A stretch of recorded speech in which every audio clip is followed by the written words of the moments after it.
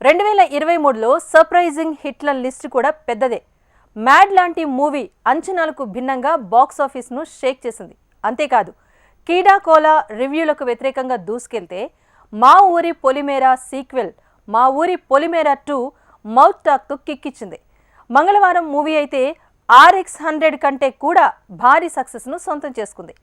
ఈ ఏడాది ఇలాంటి చిత్ర విచిత్రాలన్నీ టాలీవుడ్లో జరిగాయి. జాతిరత్నాలు లాంటి ఫన్నీ కాలేజీ డ్రామాకి అప్లై చేసి century కొట్టబోయిన movie team mad.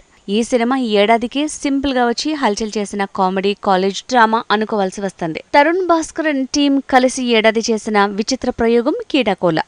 Youthful concept తో వచ్చిన ఈ కామెడీ డ్రామా మరో మ్యాడ్ అనిపించుకుంది. అసలు ఈ ఏడాది వచ్చిన ప్రతి కామెడీ డ్రామా ఆల్మోస్ట్ హిట్ మెట్టెక్కాయి. దేనికదే ప్రత్యేకం అనిపించుకున్నాయి.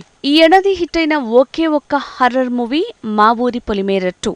ఈ మా ఊరి పొలిమేర 2కి సీక్వెల్ గా వచ్చిన ఈ సినిమా మౌత్ టాక్ తో షాక్ ఇచ్చింది. బాక్సాఫీస్ ని స్లోగా కమాండ్ చేసుకుంటూ పోయింది. పాయల్ రాజ్పుత్ తో RX100 లాంటి మూవీ తీసిన అజయ్ భూపతి ఈ ఏడాది మంగళవారం అంటూ హర్రర్ లాంటి థ్రిల్లర్ ని చూపించాడు. బాక్సాఫీస్ లో ఊహించని సక్సెస్ ని సొంతం చేసుకున్నాడు. మంగళవారం లాంటి థ్రిల్లర్ మూవీ, అది బడా హీరోలు లేకుండా హీరోయిన్ సెంట్రిక్ గా తీసి వసూళ్ల వరద తేవటం అంటే అదో విచిత్రమే. ఇలాంటి విచిత్రాలే ఈ ఏడాది బేబీ, బలగం, మా ఊరి పొలిమేర 2, మ్యాడ్, మంగళవారం లాంటి సినిమాలతో సాధ్యమయ్యాయి.